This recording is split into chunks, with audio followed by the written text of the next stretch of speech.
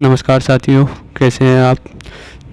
मैं जैसा कि पिछले वीडियो में आपको बताया था कि राजस्थान सेवा नियम के पार्ट फर्स्ट के अध्याय 1 और 2 के जो MCQs होंगे, मतलब बहुविकल्पीय क्वेश्चन, उनका वीडियो आपके लिए लेकर आऊँगा। तो आज की वीडियो में अपन इसके लिए बात करेंगे चैप्टर फर्स्ट और सेकंड के जो MCQs अपने जूनियर अकाउंटेंट और TRA एग्ज़ाम्स में आ सकते हैं। तो अपना पहला क्वेश्चन है, राजस्थान सेवा नियम कब से लागू किए गए। तो मतलब RSR कब से लागू हुआ है अपने, तो यहाँ ऑप्शन सी आएगा। से बोले तो ये आएगा 1 अप्रैल 1951 से, मतलब इस तारीख से ये लागू हुए हैं पूरे राजस्थान में अपने। फिर अपना दूसरा क्वेश्चन है, राजस्थान सेवा नियम निम्न में से किन पर लागू नहीं होता है, मतलब RSR किस पर अपन लागू नहीं करते हैं। तो अपन ने इसके लिए बात की थी, तो यहाँ जो ऑप्शन द आएगा। अपन ने पहले भी बात की कि किस किस पे लागू नहीं होता है। ये अखिल भारतीय सेवाओं के अधिकारी होते हैं, हाई कोर्ट के जज हैं, राजस्थान लोक सेवा आयोग के अध्यक्ष और सदस्य जो होंगे उन पर ये लागू नहीं होता है, मतलब इन तीनों पर ही ये लागू नहीं होता है। फिर अपना क्वेश्चन थर्ड है, राजस्थान सेवा नियम में परिभाषाओं से संबंधित नियम है, मतलब किस नियम में अपनी परिभाषाएं दे रखी है। तो अपन ने इसके लिए भी बात कर रखी है। यहाँ उत्तर जो आएगा, आंसर जो है वो ऑप्शन सी यानी से आएगा, नियम 7। तो 7 में अपने को परिभाषाएं दी हुई है। फिर क्वेश्चन फोर्थ है अपना, एक राज्य कर्मचारी का उसके पद पर किस स्थिति में अकार्य दिवस नहीं माना जाता है जब वह होता है, मतलब कौन सी सिचुएशन में उसका अकार्य दिवस यानी नॉन वर्किंग डे नहीं मानेंगे उसको, मतलब वर्किंग डे ही मानेंगे उसको।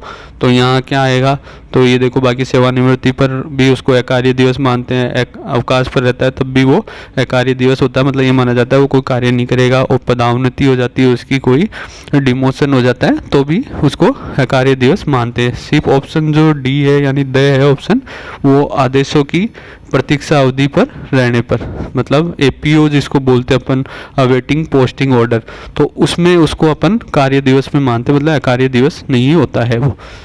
फिर अपना क्वेश्चन फिफ्थ है, अधिवार्षिकी आयु प्राप्त कर जिस दिन कर्मचारी को सेवा से निवृत्त किया जाता है वह दिन उसकी सेवा में किस योग्य माना जाता है, मतलब सुपरएनुएशन जो एज हो जाएगी, मतलब रिटायर होने की जो डेट आ जाती है जिस दिन वह रिटायर होता है उस दिन वो किस योग्य माना जाता है, उसकी सेवा किस योग्य मानी जाएगी।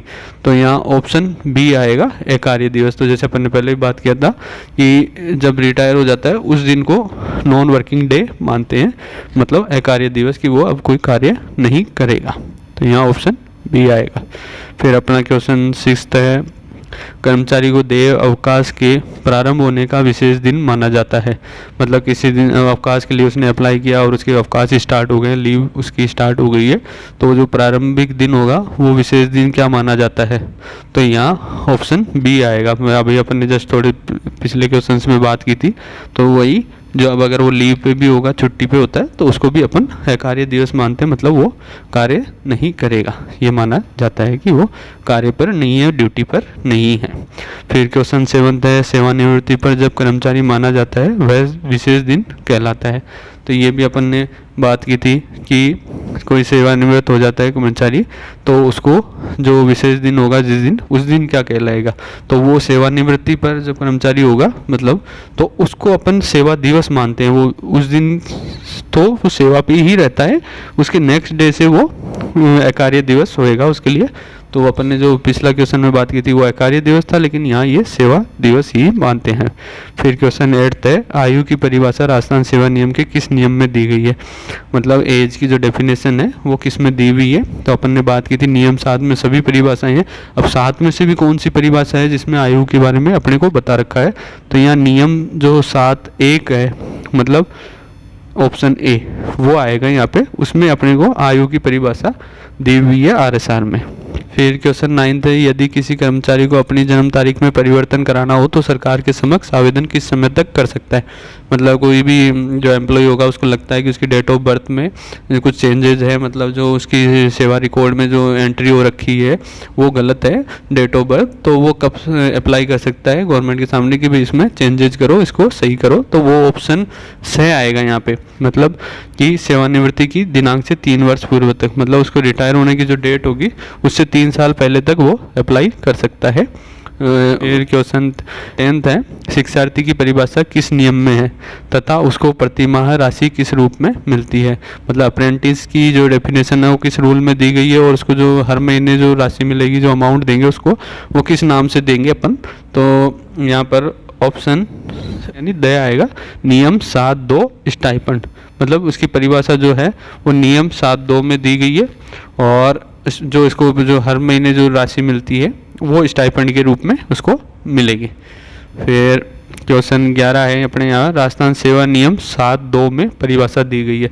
मतलब नियम 7(2) में किसकी डेफिनेशन दी गई है अपने यहाँ, तो ऑप्शन से आएगा यहाँ शिक्षार्थी मतलब अप्रेंटिस की, जैसे अपन ने पिछले क्वेश्चन में ही बात करी थी। फिर क्वेश्चन 12 है अपना है, शिक्षार्थी को राजस्थान सेवा नियमों के अनुसार नियोजित करने का क्या उद्देश्य है। मतलब अप्रेंटिस को अपन जो अपॉइंटमेंट देते हैं और राजस्थान सेवा नियमों के अनुसार उसका क्या ऑब्जेक्टिव होता है, तो यहाँ ऑप्शन बी आएगा, सरकारी सेवा में नियोजन को दृष्टिगत रखकर व्यापार या व्यवसाय कार्य पर प्रशिक्षण देना। मतलब उसको अपने बिजनेस या प्रोफेशन में या ट्रेड में कार्य पर रखकर उसको अपन ट्रेनिंग देते हैं सरकारी सेवा के लिए। 13th की, तो यहाँ राजस्थान सेवा नियम के किस नियम में संवर्ग की परिभाषा दी गई है। मतलब कैडर की डेफिनेशन किस रूल में दी गई है, तो यहाँ ऑप्शन ए आएगा, नियम 7(4). मतलब 7(4) में आपके डेफिनेशन है संवर्ग की, कैडर की, उसकी डेफिनेशन उसमें है अपने। फिर क्वेश्चन 14th है, शिक्षार्थी काल में व्यक्ति रहता है। मतलब अप्रेंटिस जो पीरियड होगा उसका वो क्या कहलाएगा, मतलब उसमें व्यक्ति किस पद पर रहेगा या, तो यहाँ ऑप्शन से आएगा, प्रशिक्षण पर परंतु किसी पद पर नियोजित नहीं रहता। मतलब उसको ट्रेनिंग पर रखते हैं लेकिन किसी जो पोस्ट होएगी उसके अगेंस्ट उसको नहीं लगाते हैं, तो ये एक तरह से ट्रेनिंग पर ही माना जाता है। फिर क्वेश्चन 15th है, राजकीय सेवा में नियुक्त या पदोन्नति अथवा वरीयता के लिए प्रत्येक विशिष्ट सेवा के लिए नियम बनाए जाते हैं। उस विशिष्ट सेवा को कहते हैं। मतलब हर सेवा के लिए कुछ ना कुछ नियम बने होते हैं कि उसकी जो अपॉइंटमेंट कैसे होगा, उसका प्रमोशन कैसे होगा, उसकी सीनियरिटी कैसे डिसाइड होगी। संवर्ग मतलब कैडर, तो मतलब हर कैडर के लिए अलग रूल होते हैं। जैसे अपने अधीनस्थ लेखा सेवा है वैसे ही पटवारी सेवा भी होती है और अपने नर्सिंग सेवा हो गई, या ऐसे सबके लिए अलग अलग रूल्स रहते हैं। फिर क्वेश्चन 16th है, संवर्ग कहलाता है। मतलब कैडर क्या कहलाता है, कैडर को क्या कहते हैं, तो उसकी क्या डेफिनेशन होती है। तो यहाँ ऑप्शन आएगा, किसी सेवा में निश्चित रूप से स्वीकृत स्थायी पदों की संख्या। मतलब किसी भी जो सर्विस होएगी उसमें पहले से डिसाइडेड जो होंगे स्वीकृत पद, उनकी जो टोटल स्थायी पद होंगे उनकी जो नंबर्स होंगे उसको अपन कैडर कहते हैं। जैसे अधीनस्थ लेखा सेवा में पहले से डिसाइडेड है कि भाई जूनियर अकाउंटेंट के 5000 पोस्ट रहेंगे, या WO सेकेंड की 2000 पोस्टें हैं और WO फर्स्ट की 5000 है, तो उस हिसाब से ये जो टोटल नंबर होंगे इसको अपन कैडर कहते हैं, यानी संवर्ग कहते हैं। फिर क्वेश्चन 17 है, ऐसी सेवा जिसको वर्तमान में वेतन बैंड 1 में ₹1700 तक ग्रेड वेतन दी जाती है कहलाती है तथा RSR के किस नियम में परिभाषित है। मतलब कि वेतन बैंड 1 में जो 1700 तक की ग्रेड पे वाले जो लोग हैं वो कौन सी सेवा में आते हैं और RSR के किस नियम में इसको परिभाषित किया गया। तो यहाँ ऑप्शन से आएगा, नियम 7(4)A और चतुर्थ श्रेणी सेवा। मतलब 4A में तो इसकी परिभाषा दी गई है और ये चतुर्थ श्रेणी सेवा से संबंधित है। जैसे अपन ने पहले बात की थी कि 2 ही सेवा अपने RSR में परिभाषित है, एक चतुर्थ श्रेणी सेवा और एक उच्च सेवा। तो उच्च सेवा के अलावा चतुर्थ श्रेणी सेवा इसमें शामिल है। फिर अपना क्वेश्चन 18th है, राज्य सरकार में कर्मचारियों को जो भत्ते विशेष रूप से राज्य के कार्य निर्वहन के लिए स्वयं के द्वारा खर्च की राशि की पूर्ति के लिए दिए जाते हैं कहलाते हैं। मतलब जो कर्मचारी करते हुए वहन करते हुए कोई खर्चा कर देता है, पर्सनल कोई खर्चा करता है खुद की जेब से, तो उसकी भरण पूर्ति के लिए या उसकी जो क्षतिपूर्ति के लिए उसको जो रिम्बर्समेंट होता है उसको क्या कहते हैं। तो यहाँ ऑप्शन से आएगा, क्षतिपूरक भत्ते। मतलब जो कंपनसेटरी अलाउंस होते हैं वो ये इसमें आते हैं, जिसमें उसके जेब से जो भी खर्चा हो गया उसका पेमेंट उसको वापस रिम्बर्स होता है।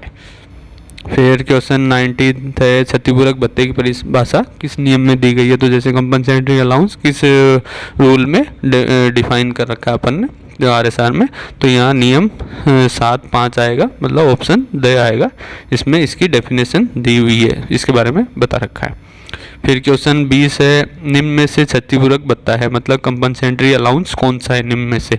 तो यहाँ ऑप्शन ए आएगा, यात्रा भत्ता। तो मतलब यात्रा भत्ता को अपन क्षतिपूरक भत्ता मानते हैं, बाकी सत्कार भत्ता और विदेश में जल मार्ग से आने जाने का जो भत्ता होएगा उसको कंपनसेटरी अलाउंस में नहीं काउंट किया जाता है, वो इससे बाहर है। फिर क्वेश्चन 21 है, राजस्थान सेवा नियम में सक्षम प्राधिकारी से क्या आशय है? मतलब राजस्थान सेवा नियम के हिसाब से RSR में कॉम्पिटेंट अथॉरिटी क्या कौन होता है, उसको किस हिसाब से डिफाइन किया हुआ है? तो यहाँ ऑप्शन ए आएगा, ऐसे प्राधिकारी जिनको राजस्थान सेवा नियम के अनुसार कार्य करने की शक्तियाँ दी गई है। मतलब RSR के हिसाब से उनको पहले से ही पावर्स दी हुई है जो ऐसा काम कर सकते हैं, डेलीगेट की भी होती है। तो यहाँ ऑप्शन ए आएगा। तो साथियों, उम्मीद करता हूँ ये वीडियो आपको पसंद आई होगी। इस चैप्टर से संबंधित और जो MCQs बन सकते हैं अपने जूनियर अकाउंटेंट और TRA एग्ज़ाम्स के लिए, उसको मैं नेक्स्ट वीडियो में लेकर फिर हाजिर रहूँगा आपके लिए। तब तक के लिए प्लीज़ वेट कीजिएगा। वीडियो पसंद आई हो तो लाइक अवश्य कीजिएगा, और मेरे चैनल को सब्सक्राइब नहीं किया तो प्लीज़ चैनल को सब्सक्राइब जरूर कीजिएगा। जय हिंद, जय भारत।